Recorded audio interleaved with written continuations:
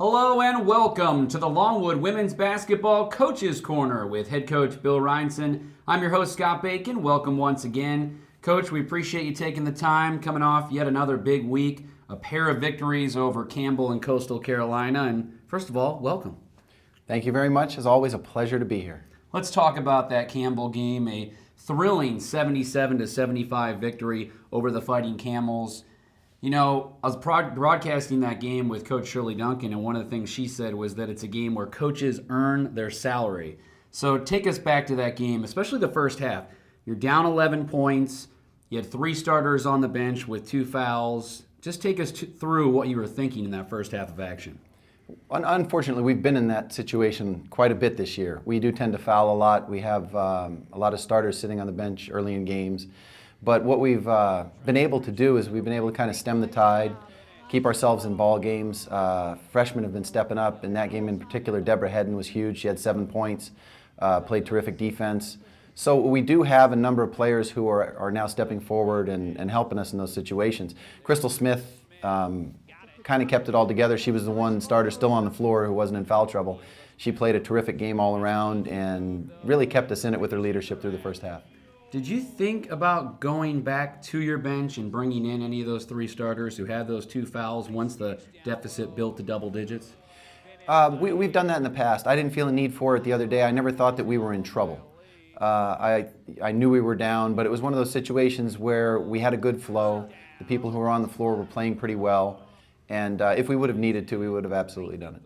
Well, and you're getting used to that feeling of coming from behind, something this team has done early and often thus far this season.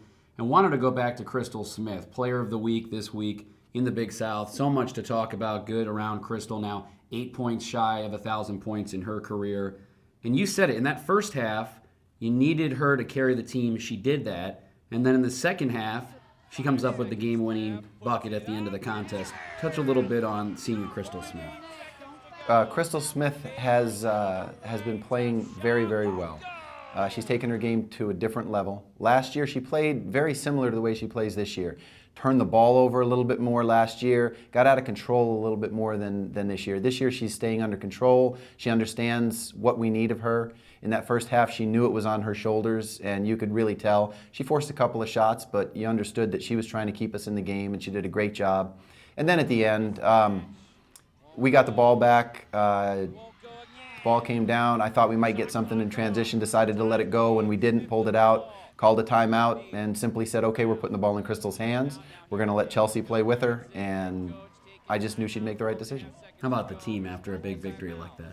Well, their hearts were pounding pretty hard. They were pretty excited in the locker room. For a lot of them, it's the first game they've ever won in that fashion. But, you know, it's a great group of kids, and they enjoy each other. So victories, even in losses, they get along so well, but they enjoy each other, and they enjoy winning. Crystal Smith matching her career best with 32 points in that win over Campbell, and then coming right back with another home game against Coastal Carolina on Saturday. A 77-63 win, but that doesn't tell the whole story. Went down 17 in the first half, trailed by 13 at the half, and then outscored them 52-25 in the second half. What was the difference? I don't think we were prepared to play when we came out. I think we were a little flat. We didn't warm up hard enough. And I think we're getting just a little bit too used to coming from behind. And when you're down 1 or 2 points at halftime, that's not really an issue. But when you get down 17, 18 in the first half, it becomes an issue. But Crystal was outstanding. The first half, nobody really played well. We just kind of hung around, and once it got to halftime, I think the first possession, Crystal came out, drove to the lane, made a layup, and it was almost like the world was right again. You know, it was one of those things where we were going to attack, she was going to take charge. Day played great, Chelsea Coward played great, and when our defense plays like that, when we're scrambling around, defending everyone, jumping into passing lanes and getting turnovers, we're really difficult to play against. Well, and there's the two sides of the coin. This team that is so great at coming from behind, the confidence, the resilience, the fight.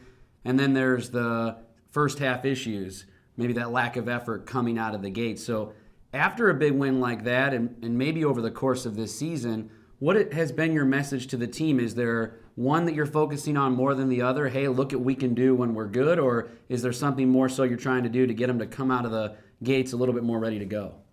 As far as coming out of the gates ready to go, I think we're going to to watch the pregame warm-ups a little more closely, make sure that everybody's breaking a sweat, everybody's working hard. That may not have been the case. But we've been working all year on playing 40 minutes. We definitely have not played our best game to date. We played a lot of great halves, but we have not played our best game to date. And I think once we fix the first half problems, where we can get out on a little bit better footing in the first half, and the way we tend to close games, I think that'll be when we reach our potential.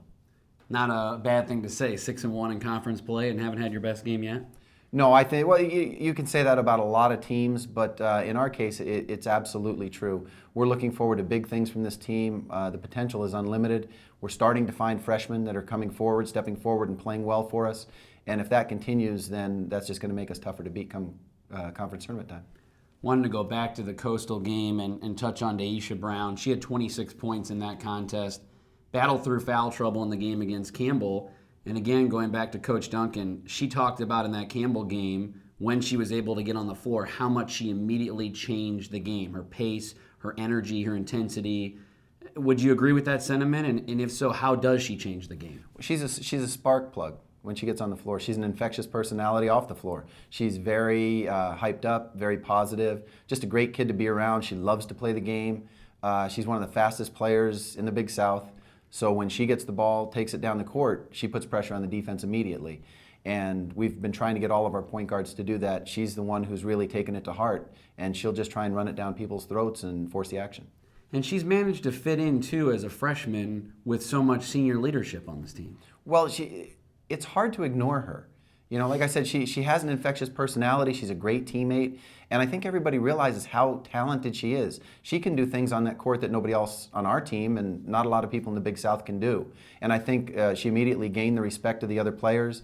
And I know they love her, so they were readily willing to accept her. Well, let's go back to a senior, Mikayla Elkington, someone you alluded to after the win on Saturday, 8 points, 10 rebounds. But it was her defensive effort that you touched on and the matchups she's had to face. And I think back to the Campbell game down the stretch, one of those mismatches, seemed like the Camels recognized it, tried to go down low against her. She was able to hold up a big defensive possession at the end of that game. Touch on your team and their size and how Mika's got to step up and play those bigger players. Well, she's listed at 5'7". She's nowhere near 5'7". So she's probably 5'5", playing against girls that are 6 or 8 inches taller than she is. But you know what? She's a battler. I said it in the post-game comments. Chelsea and Crystal get all the well-deserved accolades for their scoring, but we would not be anywhere near where we're at without her. When we put her into the starting lineup, it allowed us to play small. We got to get our 5 best players on the floor, which Day started moving in the starting lineup at that time. And just the job she's been able to do defensively and rebounding against the opposing forwards has allowed us to blossom, really. What do you say to her as a coach, knowing what sort of situations you're putting her into? You know what? I don't say a lot to her. She loves to play the game. She battles every possession. You know, you very rarely see Meeks take a possession off, and she's very smart. Has a high basketball IQ, so defending players in the post, she's not always going to battle them. She'll release and get around and steal. You know, they get defensive rebounds. She's always the one who's coming to baseline trying to take it away from them. She's a very intelligent player, and you know, those type of players you sometimes take for granted, but we don't take Meeks for granted at all. Wanted to touch on, as a team aspect, taking care of the basketball. Now, you had 18 turnovers in the game against Coastal Carolina, but as a whole on the year have done such a great job of taking care of the basketball. And in the Big South right now, second in assist to turnover ratio. What has been the key to your team taking such good care of the ball? Well, we start 3-point guards. And right there, that gives us an advantage over everybody because any one of them can handle the ball, any one of them can handle the offense. They make the correct decision more often than not. And then you just talked about Mika. Adding Mika to that lineup, you now have 4 guards who know how to handle the ball. Chelsea's not a true post player, so she's used to playing the perimeter. For a majority of the game, you have people on the floor who are used to handling the ball. Now, again, against Coastal Carolina, we got a little out of sorts and started to try to make fantastic plays, 13-point plays to get back in the game. And I think you saw us get a little sloppy with the basketball. But most of the time, we're handling it, we're throwing it to each other, we're making good decisions, and we're taking good shots. Now 4 straight on the road for your team, 2 against 2 of the elite teams in the Big South Conference coming up this week. Thursday at High Point, Saturday against Liberty. What's been your message to the team to get them ready? Well, we've been telling them that it's just another game, because it is just another game. Both teams are very good. They were picked first and second in the conference in the preseason poll. Liberty has struggled a little bit against some surprising teams. They've had a couple surprising losses. High Point is solid. So we're going to have to play our best game to beat these teams. On the flip side, they're going to have to play their best to beat us.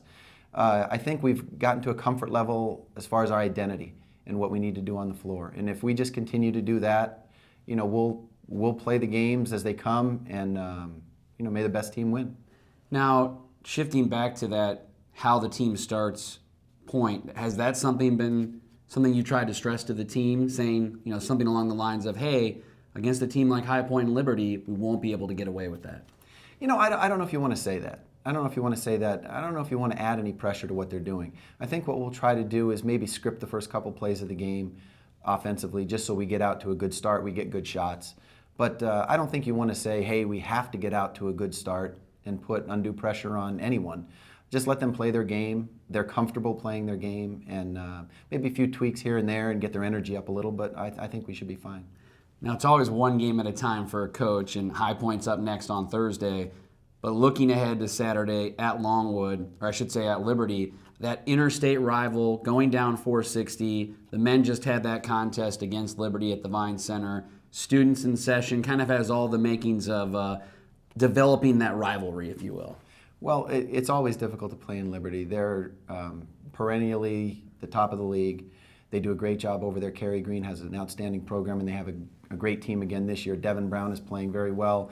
They're always very, very tall, and it's going to be a difficult matchup for us. It'll be kind of a contrast to two styles. We're going to play small ball. They're going to try and throw it inside and get us on the offensive glass. As far as rivalry, I think we'll just let those develop, because I think there's going to be a lot of rivalries that kind of develop in the Big South. Last night they were referred to as the Queens of the Big South in the Vine Center, and talking about Liberty women's basketball. And wanted to finish up by talking about this stretch of road games. Now, you have 4 games on the road. The way the schedule has kind of worked itself out, it's a really difficult stretch. We talked about High Point and Liberty, 4 away from the friendly confines here in Farmville. But your team 2-1 on the road has shown that they can play better on the road. You mentioned earlier this year one of your most pleasant surprises how they played. Is there anything additional you're doing, not just to get the team ready for this week, but this stretch? No, nothing different. We will prepare just like we would for any other team. We're going to go one game at a time. We're preparing for High Point right now. Haven't even thought about Liberty. Won't think about Liberty until Friday, or at least Thursday night after the game. Just to be prepared, understand personnel, understand what they're trying to do, and what we have to do to win. All right, Coach. Thanks as always for the time. No problem. Again, the Longwood Women's Basketball Coaches Corner with head coach Bill Reinson. We'll be back next week with more here on LongwoodLancers.com.